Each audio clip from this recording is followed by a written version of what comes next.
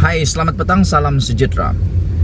Hari ini, isu yang paling hangat adalah apabila Muhyiddin Yassin menafikan tentang pendedahan Shafie Afdal yang mengatakan Muhyiddin Yassin ada sokongan 119 ahli parlimen untuk menjadi Perdana Menteri sekali lagi.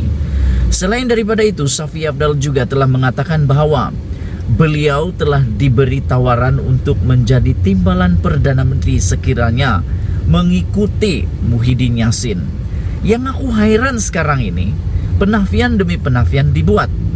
Aku nak tanya kepada semua penonton dalam channel aku nih, betulkah ini orang kata di dalam channel aku bila mereka memberikan komen di dalam konten aku tadi, sebentar tadi, mereka kata ahli politik ini memang pembohong.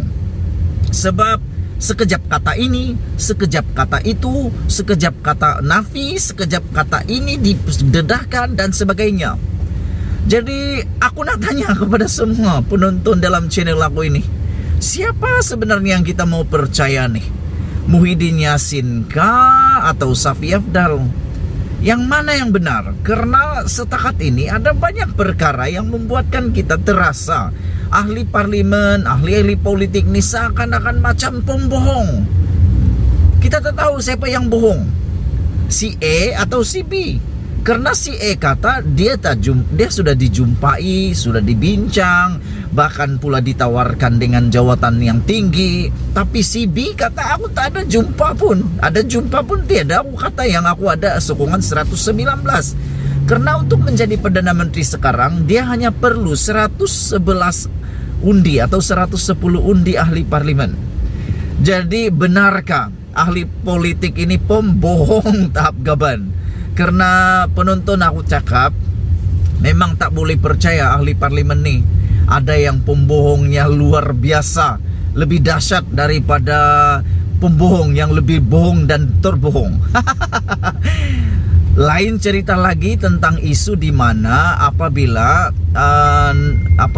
Muhyiddin telah pun menyaman, bukan Muhyiddin yang menyaman, Zahid Hamidi telah menyaman Muhyiddin. Dan ada lagi pula Zahid juga telah menyaman Mahathir Muhammad kerana fitnah.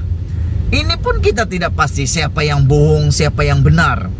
Sama ada Zahid yang berbohong ataupun Muhyiddin yang berbohong, ataupun Zahid yang berbohong atau Tun Mahathir yang berbohong. Jadi aku nak kata hari ini, petang ini, kalau nak jadi ahli politik nih, aku rasa-rasa ada kelayakan baru kot. Mesti pandai menafikan dan pandai berbohong. Tapi apapun, kita nantikanlah siapa sebenarnya yang bohong dan siapa sebenarnya yang akan menjadi Perdana Menteri. Kalau betul Muhyiddin Yassin cukup 119 sokongan, pasti dia dah angkat sumpah, pasti dah dia menjadi Perdana Menteri hari ini. Kata Antine Luk, apa nak tunggu lagi? Kalau benar dah ada sokongan, cepat-cepatlah menghadap dan angkat sumpah. Dan Najib pula sibuk juga, kata cepatlah Muhyiddin angkat sumpah, tekan butang tuh supaya bubarlah parlimen. Aku tak tahulah pasti sangat apa yang tujuan Najib cakap. Apa tujuan Najib nak cepat kabinet dan parlimen dibubarkan. Kalau Muhyiddin Yassin tekan butang, pasti aku yakin parlimen akan bubar kerana Ismail Sabri sudah kehilangan sokongan. Jadi bila bubar parlimen, bermaksud PRU akan berlaku. Sekian dulu untuk kali ini. Jangan lupa tinggalkan komen Anda. Betulkah ahli politik ini pembohong? Dan betulkah ahli politik ini mesti ada kepakaran untuk menafikan sesuatu perkara? Yang benar jadi benar, yang berita tak benar jadi benar, kabar angin pun boleh jadi benar. Sekian dulu, Malaysia kita punya, kita jaga sama-sama, cintai Malaysiaku. Bye-bye.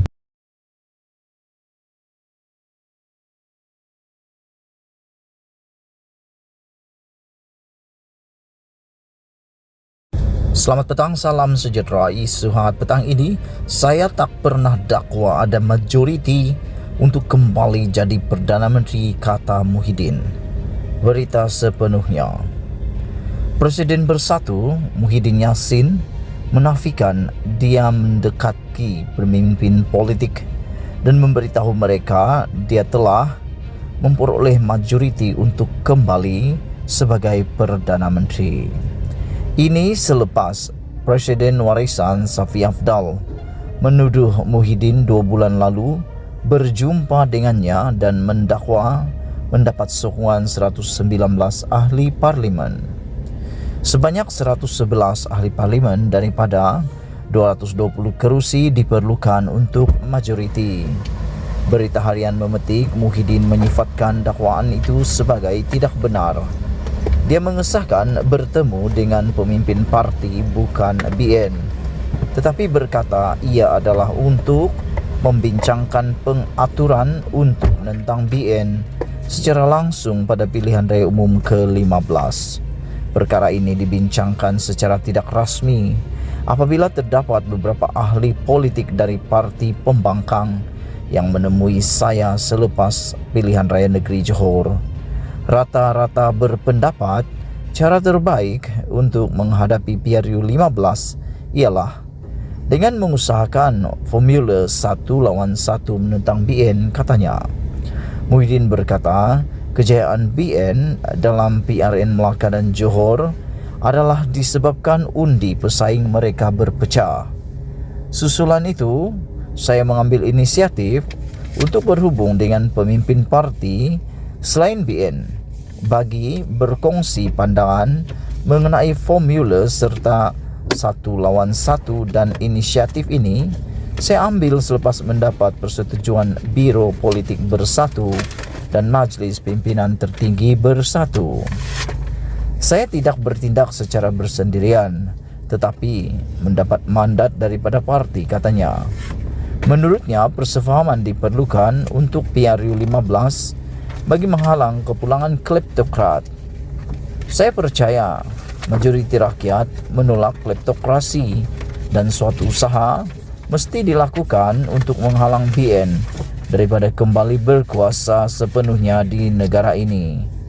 Dalam siri perbincangan saya dengan pimpinan parti politik selain BN, saya mengambil maklum mengenai pendirian setiap parti berhubung cadangan ini. Saya akur masing-masing mempunyai pandangan tertentu mengenai beberapa perkara yang berkaitan dengan cadangan ini, katanya. Dia menegaskan pintu Bersatu akan terbuka kepada mana-mana parti bukan BN untuk merangkas strategi terbaik bagi PRU 15. Sekian isu hangat petang ini. Jangan lupa tinggalkan komen anda, sila tekan butang subscribe dan kita jumpa lagi. Bye-bye.